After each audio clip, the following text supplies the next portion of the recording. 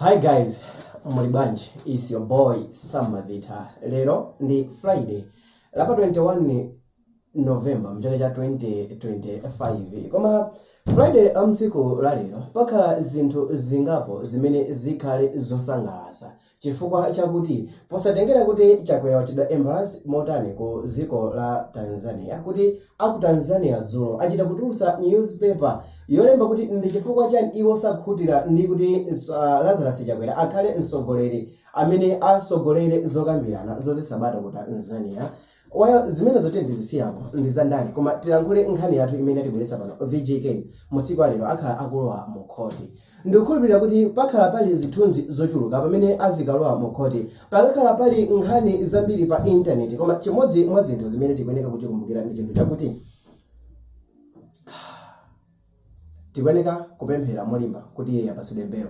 Ndikudziwa kuti ngatidi zili zakuti mwanayo ndi wa zaka zokwana 15, ngatidi zili zakuti mwanayo ndi osakwana zaka 18, ngatidi zili zinthu zakuti zimayenda moteromo VJK amachita zinthu zosalakwika koma ngati man, ngati mwamuna, ngati munthu amene nthawi ina iliyonseso kundende kuja kunekedwa kuti anthu ngati ife tizakakhalepo si chinthu chomufunira zabwino kuti azikakhala kumene kujapo. So tipemphe kwa anthu onse amene muli pa social media amene mmangochita ngwaya zina zili zonse tendi kupemphe kwa anthu kuna kuti ino isi nthawi yosangalala ndi kugwa kwanza.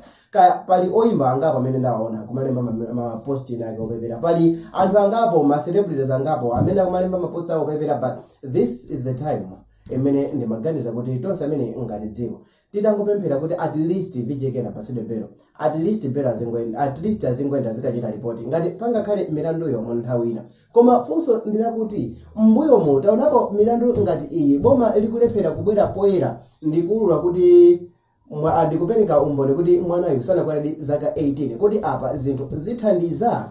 Kodi apa tiona kusintha? Koma nkhani ndiyakuti zinthu zimene zachitika panopa ndi VJK zitiphunzitsa chani? Kodi anthu amene akumapezekana kuti akumabereka ndi zaka zokwana 14, amene akumabereka ndi zaka zokwana 15, akumabereka ndi zaka zokwana 16 m'mamidzimu, tilankhule kuti anthu onse amene awapasa mimba kapena anthu onse amene anawachita maudandwa ndikuti amamangidwa?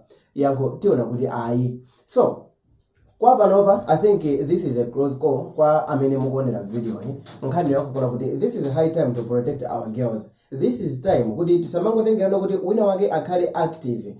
Pakati hapo mbuyo tinaona UNESCO inavuta kwambiri, like inavutisa aliyense amayopa UNESCO, wina aliyense amopa UNESCO, koma panopa kuli zili bwanji titapemphanso kuti nkhani yokuza ndi VJK itipase phunziro lina lake limene ngati dziko at least at once tiyambe kukhalako serious kuti aliyense amene azibwera ndi mimba kuchipatala kuti ali ndi zaka zokwana 17 below aziyambake pachitidwa investigate yokwanira kuti munthu anali pa sukulu, kuti zinthu zinakhala motani. Alipo anthu ochuluka m'mamidzimo amene akumadyerera tiasikana, alipo anthu ambiri m'mizimo amene akumakhala ali busy ndi tiasikana timene nthawi zambiri makolo awo sangayankhule, even atayankhula mwina sangamveke. Sitikudziwa kuti mkazi amene wapezekana kuti wamangidwa chifukwa cha mkazi amene wapangisa kuti VJK amangidwe kwawo ndi status yotani, but I can tell ndikochita bwino chifukwa chanko kuna kuti kuchita recognize zinthu ngati izizi kumatengeranso kuyankhula nthawi zina kumatengeranso kuti kodi munthu mwako mukupezeka zinthu zotani. Well, it's your boy Sam Mavita. All in all, chimene ndingapemphe ndi chakuti ngati boma musiku alero silikwanisa kubweretsa umboni kuti mwanayo ndi osakwana ndi zaka zokwana 18, then please mpaseni belo VJK. Dzina langa ndine Sam Mavita, tonaniso mu video satellite. Bye.